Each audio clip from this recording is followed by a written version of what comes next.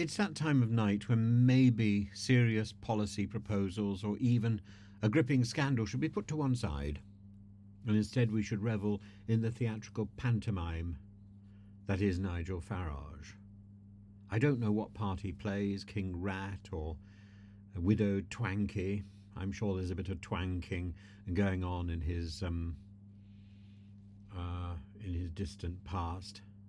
But his latest escapade involves a by-election campaign for a seat not yet vacated. It's an exquisite display of preemptive political ambulance chasing. It is basically the stuff of carry-on films. Should Labour MP Mike Amesbury, the so-called Helsby Hellraiser, be found guilty of the alleged constituent punching incident, which was recorded on CCTV on numerous mobile phones, Farage and Reform UK are ready with posters, publicity and a dazzling narrative of national decay. Farage's opportunism is frankly unparalleled. Reform UK's latest missive, delivered across Runcorn and Helsby, features a colossal photo of Nigel himself. Because why waste space on policy?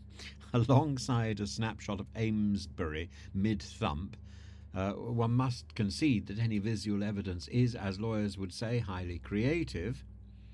Farage is already framing this incident as symptomatic of a Labour Party that, in his words, has failed the people. Let's be clear about the electoral maths. In Runcorn and Helsby, Labour's Amesbury won with a comfortable 52.9% share and a majority of almost 15,000 votes. Reform UK, meanwhile, eked out 18%, marginally ahead of the Conservatives at 16%. Farage's interpretation of this? A political breakthrough. It takes a certain brand of audacity to portray third place as a victory, but that is precisely why Farage has lasted so long in the British political circus. Farage's letter is a delightful cocktail of populist clichés and local grievances. He bemoans Labour's cruel war on pensioners, and Starmer's supposed penchant for releasing dangerous criminals.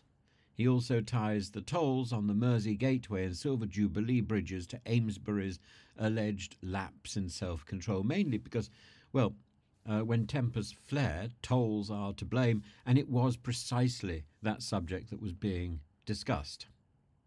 And this is the pièce de résistance. Farage's Reform UK isn't just listening to local concerns, they are actually surveying them. An envelope and survey accompanying the letter allows locals to pour their grievances into Farage's political suggestion box. Oh, put it in my box.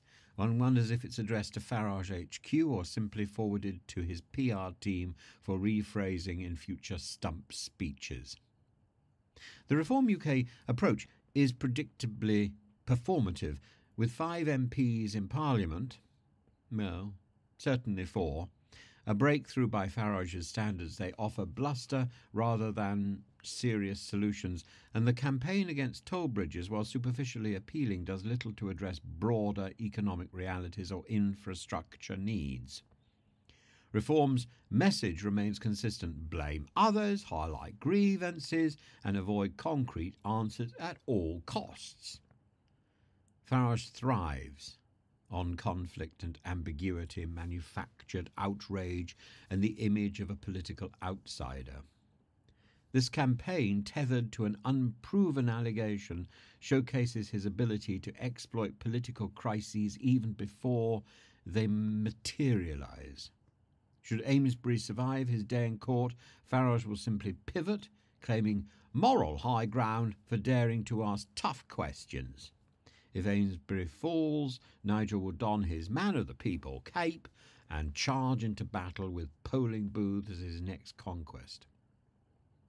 Farage's antics are striking, yes, but only in the sense that they highlight his talent for turning even the vaguest whiff of scandal into a full-scale campaign for Farage.